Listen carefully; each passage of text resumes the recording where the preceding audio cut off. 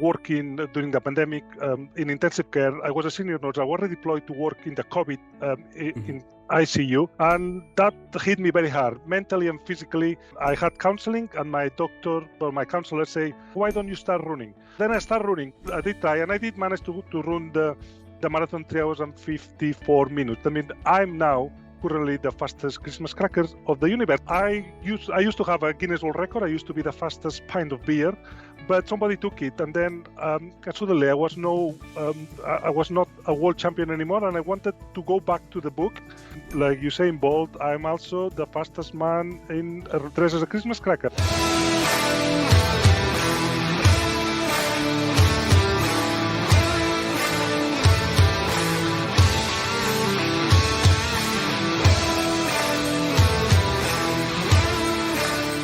Hey listeners, if you are enjoying the stories, please leave a comment, share, or subscribe to this channel.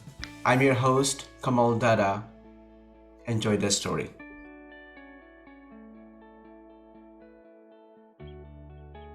Welcome, Joe, to the podcast. I'm very excited to have you here and hear about your running journey. Welcome. Yeah, thank you for having me. Thank you very much. Great. Let's start with a quick introduction of yours. You want to share? Yeah, my name is Joe. I was born in Spain quite a while ago. But I decided to move, pursue my dream of being a nurse. And when I was 25, I did pack my bags, and I ended up in the United Kingdom in Sheffield. And I've been there for the last 23 years, and I've been a nurse all these years. And then recently, in the last the last 3 years since the pandemic, I started running, that's why I ended up here talking to you, because of my running and a few challenges that I've done while running. Yeah, great. I know you have a couple of interesting records that you're going to talk a little bit about in running that you hold. And you ran this year's Berlin Marathon, and I think that's where you get a Guinness record as well. Do you want to share your key highlights? Yeah, Berlin was fantastic. It's one of the flattest marathons. I quite like a flat one, but for me the highlight was the atmosphere and everything else. So I think it was well organized. I did like the fact that you start and finish at the same place, and I obviously. I used to have a Guinness World Record. I used to be the fastest pint of beer, but somebody took it, and then suddenly I was not a world champion anymore, and I wanted to go back to the book, and that's why I decided to come to Berlin, and I decided to dress as a Christmas crackers. Why not? And I did train quite a lot, but as you probably everybody who went to Berlin this year, it was hard, because it was very, very hot, especially the second half of the race, and the Brandenburg Gate seems that was never arriving. You keep turning corners and another corner and saying, "Where is the Brandenburg Gate, please?" And but then I needed to run under 4 hours, and I was quite well on the pace, but I nearly missed it. But I did manage to finish the marathon in 3 hours 54. I mean, that was the goal. And then I got the Guinness World Record. I can say, I'm like Usain Bolt. I'm also the fastest man in dressed as a Christmas cracker. I'm a world champion. Not a lot of people can say they are world champions. Congratulations. I mean, this is a great accomplishment. I mean, you had a Guinness record. Somebody took it from you. You decided to change into something else, but you still got into the Guinness record there. Yeah. I'm curious, why Christmas cracker? How did you find that will take you to the Guinness book? Obviously, everything started when I finished working during the pandemic in intensive care. I was a senior nurse. I was redeployed to work in the COVID in ICU. And that hit me very hard, mentally and physically.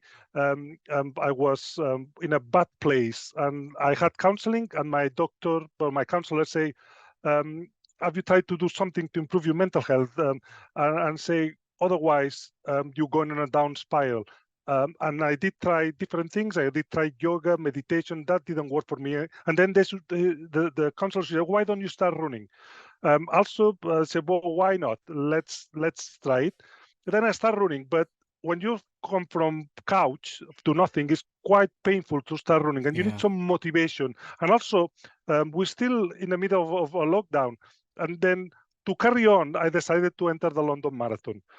Why not? And then, okay, I had a goal that it was 8 months, 8 months apart, because at that point, because of COVID, it was in October, and I entered the London Marathon, and that gave me a focus. And then one day in March, I was having a beer with a friend, and I always fascinated here in the United Kingdom. Every year you see the London Marathon on the television, and you see all these crazy people dressed with all these fancy dresses and all these things, and trying to beat Guinness World Records. And then my friend said, "Well, why don't you, dress as something and have a Guinness World Record?"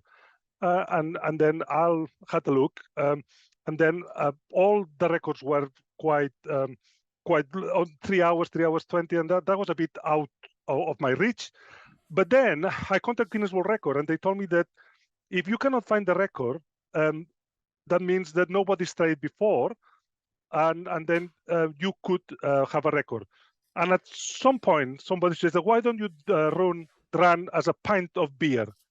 And I say, "Okay, that's crazy." But then I did look around and everything, and I did manage to find somebody who make a pint of beer. It's still here behind me. I can show you later in my Okay. studio. And I did try to run a pint of beer. And then I present all the paperwork, because they're very strict. You need the shape and everything, and also the reason and everything. And what I didn't know, that only the Guinness World Record only told me 2 weeks, no, 5 weeks before the London Marathon, is that there is a minimal standard. Because I thought, okay, nobody's done it. I'm just going to put the pint of costume, just going to cross the line. I'll be a Guinness World Record holder. 6 weeks before the race, they told me that I needed to run under 4 hours. And I said that, and Okay. obviously that was impossible. But I went to London, and I did manage to run in 4 hours 59. That means I went from couch potato to run a marathon under 5 hours in Mhm. 7 months. I was quite pleased. Also, I lost a lot of weight, and then but I didn't win the Guinness World Record. At the same time, I fundraised for a charity. I managed to get a lot of fundraising. I was on the BBC. They interviewed me with a pint of beer. I had a bit of claim of my minute of fame. Yeah. But then after that, say, what next? And then I don't give up. And then so now I did lose 4 stone, and I was quite fit and everything. My partner said, "Well, now why don't you try it again?" But this time we can put together. And then I joined a running club. That's also very Hmm. important. Okay. The running club, they had coaches, and they have a lot of people who supported me. And then I Mhm. got faster and faster. And the following year, I did try again to run the marathon with I changed a bit the costume. The first year, my head was inside the costume that was very hot. The second year, I managed to put the design was different. I put my head out of the costume, and I Okay. did manage to cross the line in 3 hours 58 minutes and 52 seconds. I mean, only basically 70 seconds to spare, but I did manage to cross the line, and that was fantastic. On that Great. point, me and my partner also decided that we had the book of doing a marathons, and decided that we wanted to do the 6 majors. Oh, great. That was our plan. Obviously, next one, and then we apply for Berlin, we Mhm. apply for Chicago, we apply for New York. We got into Berlin, and then we came to Berlin. But meantime, somebody between me finishing London and 2022 and the Berlin, somebody beat my Guinness World Record as a pint of beer. And Ah, suddenly, okay. Okay. I was not a world champion anymore. But then I discovered that you could try a Guinness World Record in, I think it's 4 marathons in the world. One is London, and then I discovered Berlin was one of the other 4 that Oh, okay. you could try. And I was only coming to Berlin as an enjoying it, and try to see how fast I could go without a costume. But something at the back of my head say, you need to be a world champion again. Give it a go. I Yeah. did apply, but I didn't know if I was going to do it or not. I put the costume in my suitcase and everything. And the day before, I said, okay, let's do it. Let's try it. And I did try, and I did manage to run the marathon 3 hours and 54 minutes. I mean, I'm now currently the fastest Christmas crackers of the universe. And why Christmas crackers? It's because I was at Christmas trying to look what costume do I have, obviously, and it was Christmas time, and suddenly an advert from Amazon come with a fancy dress is a man dressed as a Christmas cracker. So, oh, that's very similar. I could do that because it needs to be below the knee and rigid and everything. And that's how it came the idea of Christmas cracker. Also, it's quite traditional here in the UK. I don't think the people in Berlin understand exactly what I was, because every time we're running, people shouting, "Oh, you're a Chinese lantern." Very few people know Yeah. what that was a Christmas cracker. But obviously, here in the United Kingdom, it's quite popular. Oh, really? So, like, in what occasions you would wear a Christmas cracker dress? Normally, it's very traditional, on the Christmas lunch. Mhm. Christmas cracker basically is like a thing that you pull, and inside is a present. You need to do with two people, one pull from one side and one pull from the other side, Oh, and then okay. when you pull it, it cracks and make a pop. And Ah, whoever wins the biggest part gets the present inside. That's a tradition here in the United Kingdom that okay. happened on Christmas Day that I don't think it happens in a lot of other countries. That's why I don't think the concept of Christmas cracker is very worldwide, but also it's good because that means that not a lot of people know about it. I mean, they're not gonna try to beat my record because I still want to be a champion. No, that's an amazing journey. How you got into running. You didn't try couch to 5K. You tried couch to marathon directly in 7 months. Yeah, Kudos, kudos. Yeah. yeah, it have comes to marathon, and as I need to say, the first time I did to run 5K, it took me nearly 45 minutes to Mm. complete 5K, but it took me 3 months to go from couch to 5K. And then you get the book, Yeah. this feeling, and then I don't compete with other people. I compete about myself and my personal Right. records. And when you get down and suddenly you go under 40 minutes, and then suddenly you 5K you go under 30 minutes, and then last this year I managed to go to 20 minutes and 6 seconds. I mean, I'm nearly there under 20 minutes. If you ask me 4 years ago if I was able to run 5K in 20 minutes, I would say that you were crazy. Or any marathon under 4 hours.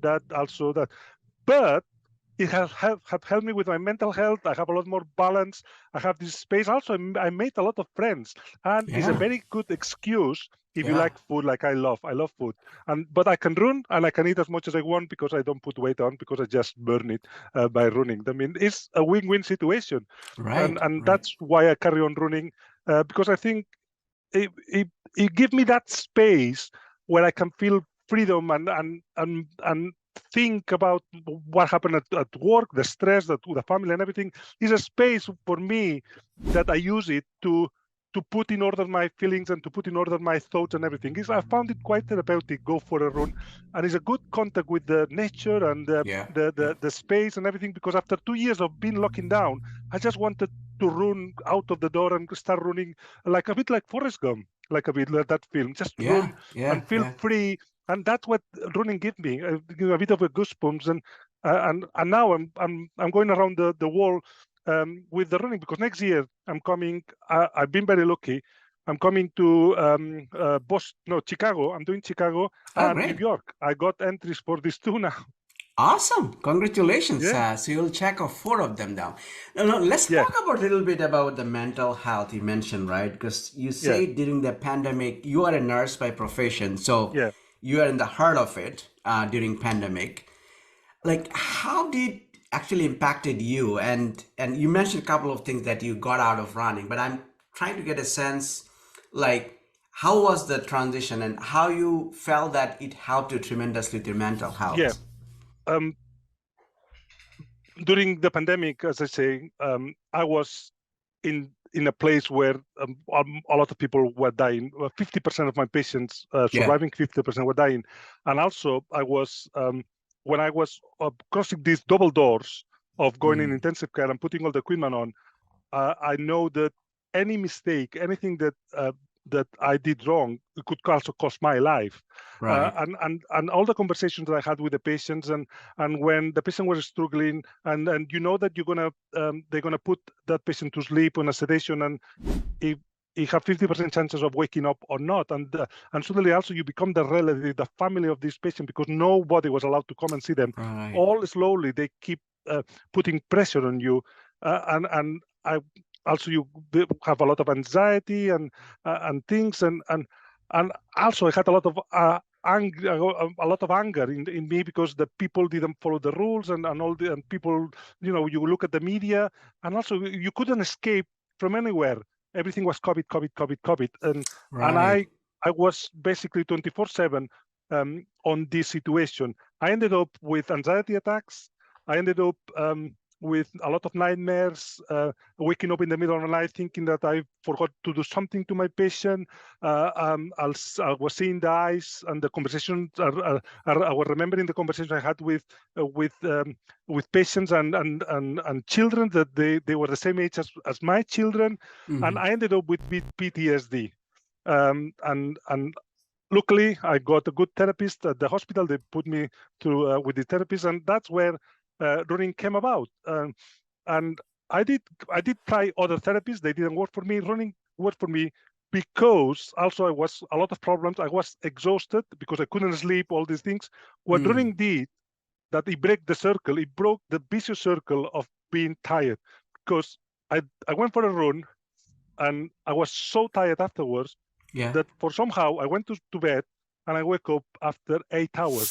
It was the first time in months that I managed to sleep 8 hours interruptedly, and that meant that I was more refreshed. I was less tired, less stressed, Mm-hmm. and slowly, uh, um, because of running and the physical activity, managed to put my physical health better, and also my mental health at the same time. Mm-hmm. And that's, I found it quite, despite the pain, obviously, because when you not run for years, trying to run whatever Right. way is not easy.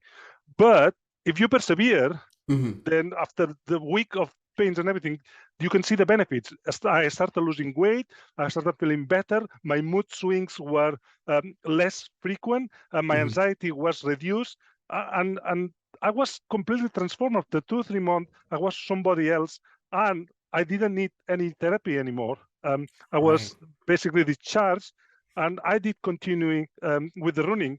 And then I obviously is you needed a goal, and then I did that, and then I joined the running club and make some friends, and the social part of running also helped me with my mental health and my physical health, because Right. for two Right. years we were quite isolated, and that was the impact that the COVID pandemic had on me.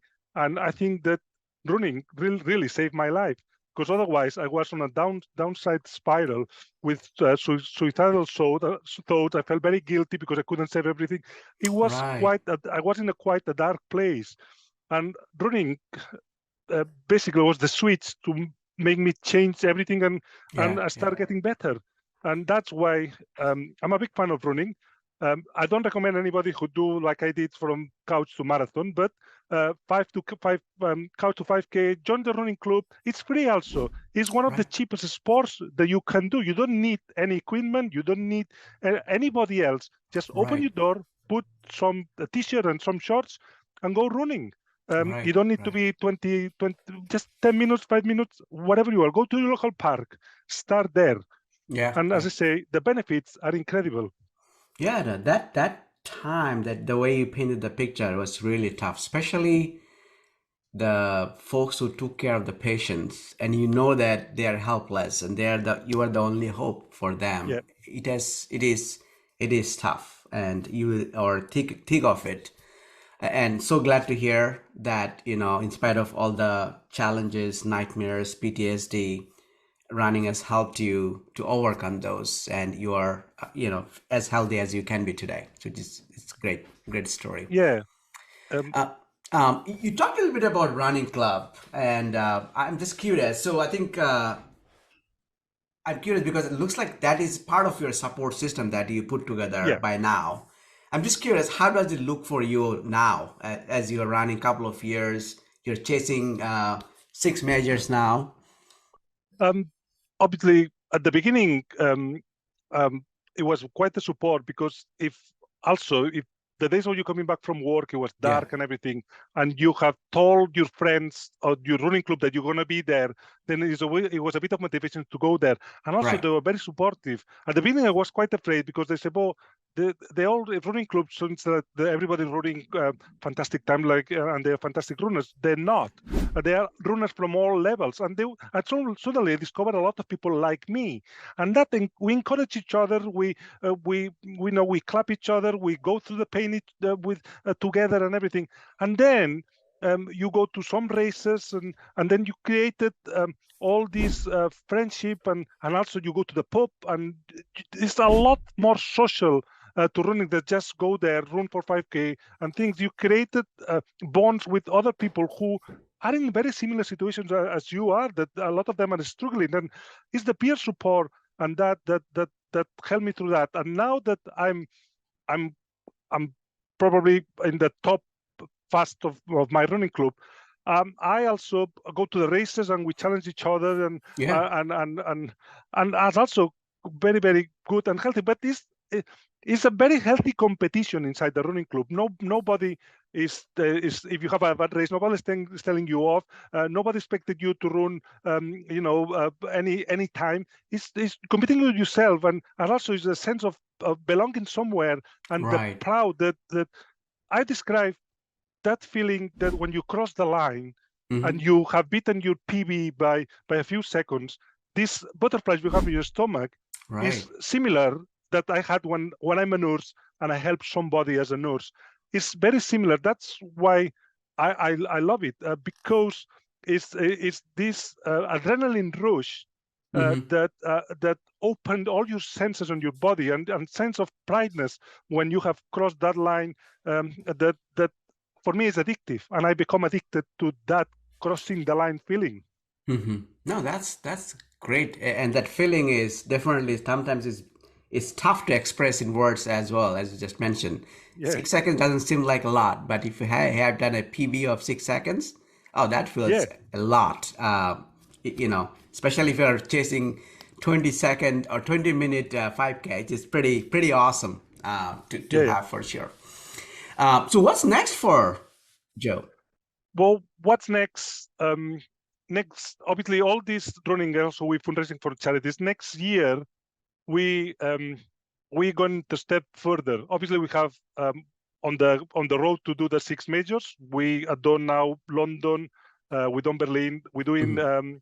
Chicago, and we do New York next year.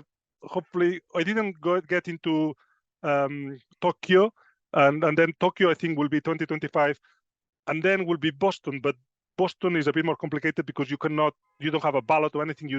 I may need to run for a charity, but that will be the 6th. But next year, we're gonna try something we've not done before, is to do an ultra marathon.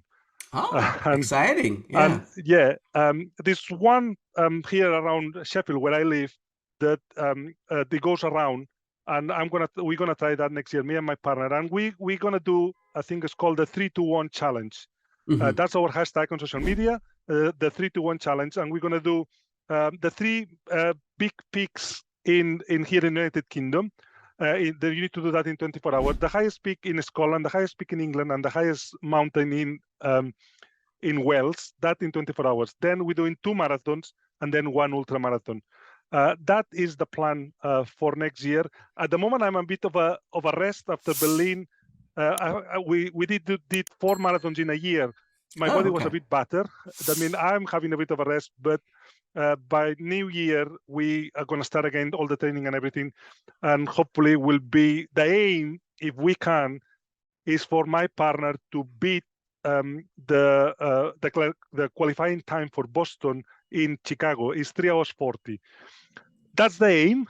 Uh-huh. If we're gonna do, she did 3:52 in Berlin. I mean, we're not that far away. Right. That's the aim. That means that if she gets a qualifying post for place for Boston, I will only need to pay for mine, because mine is 3 hours 20. I think that's quite impossible. I know my limitations, and Yeah, yeah. that's quite fast. But 3 hours 40 for her, and I think it's quite achievable because we run together, we train together, and I think we also help each other to go fast. And May, then what I will do is to guide her and in a way to be in front of her to make sure that pass the drinks and everything to see if we can achieve the 3 hours 40. That's the goal for next year in Chicago.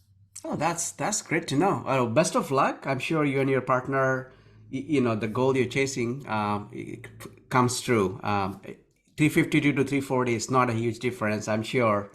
And you have improved and shown you've become if not the fastest, but one of the fastest runners in your running club from where you started. So Yeah. you have proved yourself. I'm not sure you're not that far away from that too. Well, all the best. I'm just curious, what does the 321? Why 321 you chose? Like, why sudden move to ultras? Because one of my dreams, crazy dreams, is at some point to do an Ironman. I love to do an Ironman, and obviously to do an Ironman, you need to push your body to the limit. It's it's a lot of swimming. Then you do I don't know how many kilometers cycling, and then a marathon. That's why. Let's see what happened with the ultramarathon. But the problem is you need to change your mentality completely to run an ultramarathon, because on a marathon you run as fast as you can, but on an ultra you need to be more careful because you cannot empty your tank because you have a lot more kilometers to do. I mean, try to learn also a slower pace is quite difficult when you used to just go and try to run. The pace is a lot slower, but you need to last longer. That also will help, hopefully, to prepare our body and our mind for 2-3 years, maybe, and then try to do an Ironman. That is a long project that is on my bucket list. What I decided is after the pandemic is I had a bucket list that I was planning to do when I retired. That moved forward, and I just doing my bucket list now. Great. I'm doing all the things I wanted to do because I learned that you never know what's going to happen in the future. Try to live at the moment. Try to create memories and be happy now, because you never know what's going to happen in the future. And that's what my mentality changed quite a lot after the pandemic. Yeah, no, that's great way of living too. Thanks for sharing. Well, No, wish you all please. the best, Joe. And then I'm sure I'm going to hear all about the accomplishment you achieve in upcoming days and weeks and years. Yeah, no, thank you. Thank you for having me today and sharing my experiences.